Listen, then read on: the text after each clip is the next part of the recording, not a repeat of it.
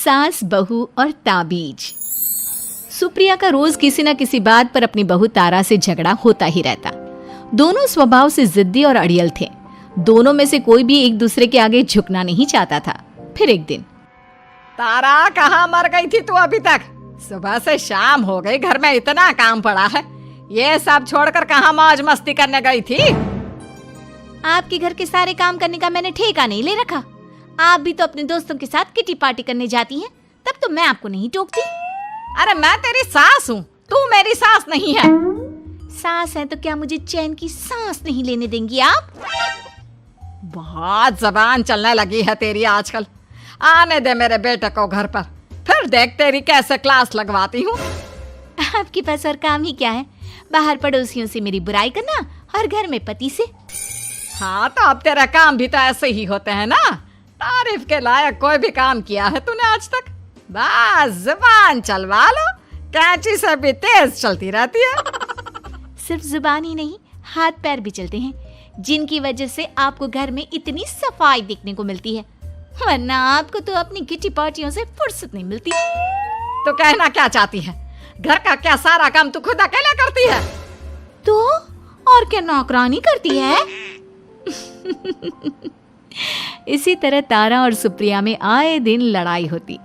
दोनों के दिन की शुरुआत ही एक दूसरे से लड़कर शुरू होती और लड़कर ही खत्म होती, मानो ये अब उनकी दिनचर्या का हिस्सा बन चुकी हो।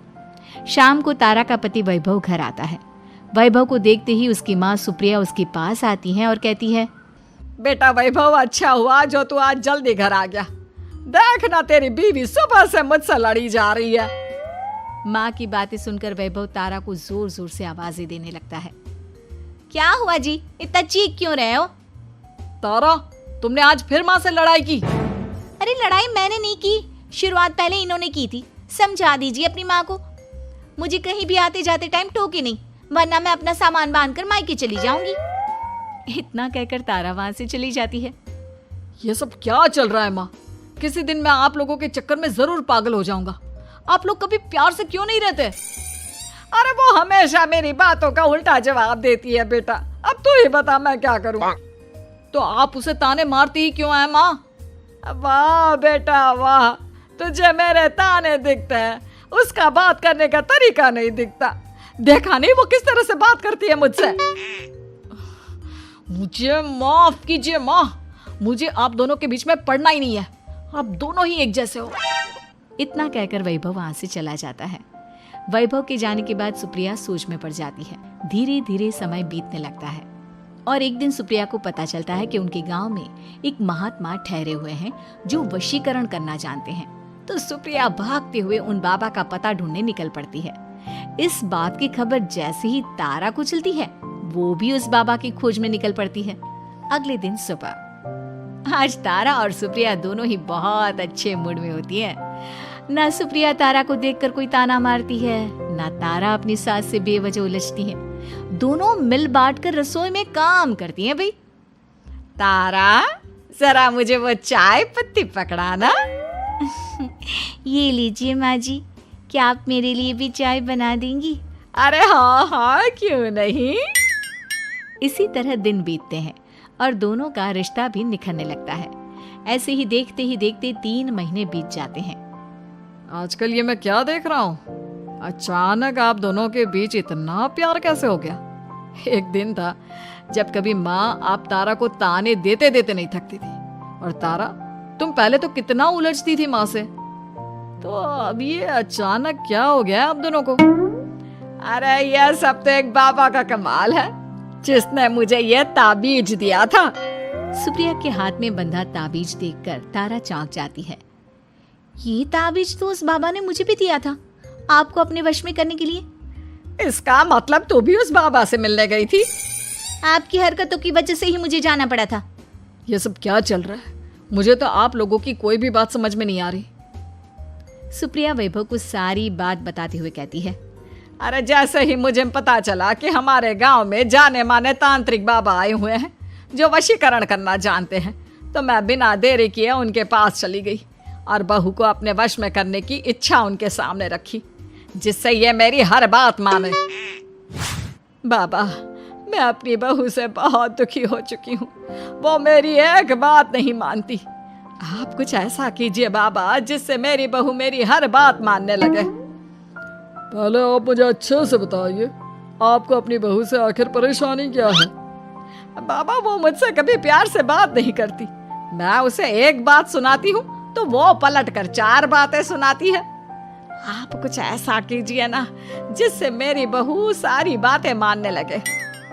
बाबा सुप्रिया की बातों को ध्यान से सुनते हैं और उसके बाद सुप्रिया को एक काले रंग का ताबीज देते हुए कहते हैं, ये ताबीज तुम्हें अपने गले में पहनना है और जब तक मैं ना कहूँ तब तक इसे उतारना मत। तो क्या इस ताबीज की मदद से मेरी बहू मेरे वश में हो जाएगी? सिर्फ वश में ही नहीं, इस ताबीज के कारण तुम्हारी बहू तुम्हारे आगे पीछे भी घूमने लगेगी। लेकिन बस तुम्हें कुछ काम करने होंगे। कैसा काम बाबा जी? तुम्हें अपनी जुबान पर काबू रखना होगा। उससे जो भी काम करवाना हो हमेशा प्यार से बात करनी होगी। धीरे धीरे वो तुम्हारी मुट्ठी में आ जाएगी। अरे ठीक है बाबा जी, जैसा आप कहेंगे ठीक मैं वैसा ही करूंगी। तारा ये सब सुनकर चौंक जाती है। ऐसा ही कुछ तो मेरे साथ भी हुआ था जब मैं उस बाबा से मिलने गई थी। बाबा जी, मैं अपनी सास से बहुत तंग आ चुकी हूँ। वो हर रोज़ किसी न किसी बहाने मुझसे लड़ती रहती हैं। आप प्लीज़ कुछ ऐसा करिए ना जिससे मेरी सास सुधर जाए और मुझे बेवजह टोकना बंद कर दे। तारा की ये बातें सुनकर पहले तो बाबा सोच में पड़ जाते हैं।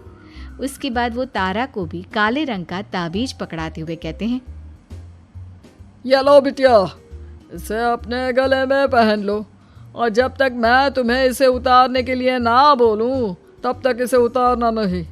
इस ताबीज को पहनने से तुम्हारी सास तुमसे प्यार करने लगेगी और दिन रात तुम्हारे आगे पीछे घूमेगी। ये सुनकर तारा बेहद खुश हो जाती है। बाबा, इस ताबीज का असर कब तक होगा? अगर तुमने मेरी सारी बातें मानी तो इस ताबीज का असर तुम्हें 2 दिन बाद ही दिखने लगेगा। उसके लिए सबसे पहले तुम्हें अपनी सास को इज्जत देनी होगी, उनके साथ प्यार से बर्ताव करना होगा और अगर कोई भी काम भी करवाना हो तो प्यार से ही बात करनी होगी। फिर देखना वो कैसे तुम्हारे इशारों पर नाचती है। ठीक है बाबा जी, जैसा आपने कहा है मैं ठीक वैसे ही करूँगी। इसका मतलब उस बाबा ने हम दोनों को एक जैसे ताबीज देकर पागल बना दिया। जरूर कोई ढोंगी बाबा होगा। इतने में ही बाबा भी उनके घर पहुंच जाते हैं और मुस्कुराते हुए उनकी ओर आते हैं और उनसे उनके हालचाल पूछते हुए कहते हैं, ताबीज का असर हुआ या नहीं? बाबा जी, आपने हमें एक ही जैसा ताबीज देकर पागल बनाया है। ऐसा कैसे? ताबीज ने अपना काम तो पूरा ही किया है। आप दोनों को देखकर लगता तो नहीं कि अब भी आप लोगों के बीच कोई खटपट है। खटपट तो नहीं है बाबा जी। अब तो मेरी बहू मेरी हर छोटी बड़ी ज़रूरतों का ख्याल रखती है, मेरी सेवा करती है। हाँ, वैसे अब तो मम्मी जी मुझे ताने भी नहीं देती और ना ही कहीं आने जाने में टोकती हैं। जानते हो यह सब कैसे संभव हुआ? कैसे बाबा जी? यह सब तुम दोनों के कारण ही संभव हुआ है। मैंने जो ताबीज दिया था वो सिर्फ एक धागा ही था। ये चमत्कार तो तुम दोनों ने अपनी जुबान पर संयम रखकर प्यार और संयम के साथ काम करके किया है। बिटिया, कुछ कमी तुम्हारे अंदर थी तो कुछ कमी तुम्हारे सास के अंदर थी। इसीलिए तुम दोनों को सुधारने और तुम्हारी गलती का एहसास कराने का यही एक रास्ता था। बाबा की ये सारी बातें सुनकर सुप्रिया और तारा एक दूसरे की ओर देखने लगते हैं। अब उन दोनों को अपनी गलती का एहसास होता है। शायद आप सही कह रहे हैं बाबा। मैंने कभी अपनी बहू को समझने की कोशिश ही नहीं की। मैंने भी तो कभी आपकी उम्र और ओहदे का लिहाज नहीं किया और जो जब मन में आया बोलती चली गई। हो सके तो मुझे माफ कर देना मम्मी जी। चलो फिर, अगर सब ठीक ही हो गया है तो बाबा जी अब आप भी वापस अर्जुन बन जाइए। वैभव की बात पर बाबा अपनी नकली दाढ़ी हटाते हैं तो उसे देखकर सास बहू हैरान रह जाती हैं। अरे अर्जुन भैया, आप? हाँ भाभी, आप दोनों के रोज रोज वाले झगड़ों से परेशान होकर एक दिन मेरे इस दोस्त ने एक प्लान बनाया और मेरी मदद मांगी, तो मैं इनकार कैसे कर सकता था। और देखिए आज उसका नतीजा हम सबके सामने है। सब जोर जोर से हंसने लगते हैं।